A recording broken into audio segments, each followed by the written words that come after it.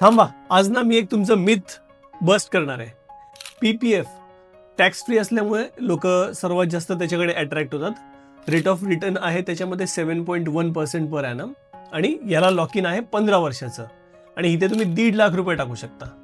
आणि ह्यालाच एक सबस्टिट्यूट ऑप्शन आहे ELSS म्युच्युअल फंड, म्हणजे टॅक्स सेव्हिंगवाले म्युच्युअल फंड. याच्यामध्ये जर तुम्ही 1.5 लाख रुपये टाकले आणि त्याच्यामध्ये PPF मध्ये तुम्हाला 15 वर्षाचं लॉक इन आहे, ELSS म्युच्युअल फंडमध्ये तुम्हाला फक्त 3 वर्षाचं लॉक इन आहे आणि याच्यामध्ये जो टॅक्स आहे तो तुम्हाला कॅपिटल गेन टॅक्स आहे. समजा फॉर एक्झाम्पल तुम्ही 1.5 लाख रुपये PPF मध्ये टाकले आणि 15 वर्ष जर टाकले तर तुमच्याकडे 7.1% वेल्थ क्रिएट होईल 40 लाख रुपयाची आणि हे पूर्ण पैसे असतील टॅक्स फ्री. पण हेच जर 1.5 लाख रुपये तुम्ही ELSS फंडमध्ये टाकले ज्याला 3 वर्षाचं लॉक इन आहे आणि त्या ELSS फंडनी जर तुम्हाला 15% परतावा दिला तर तुमच्याकडे कॉर्पस क्रिएट असेल 15 वर्षानंतर 85 लाख रुपीजचा.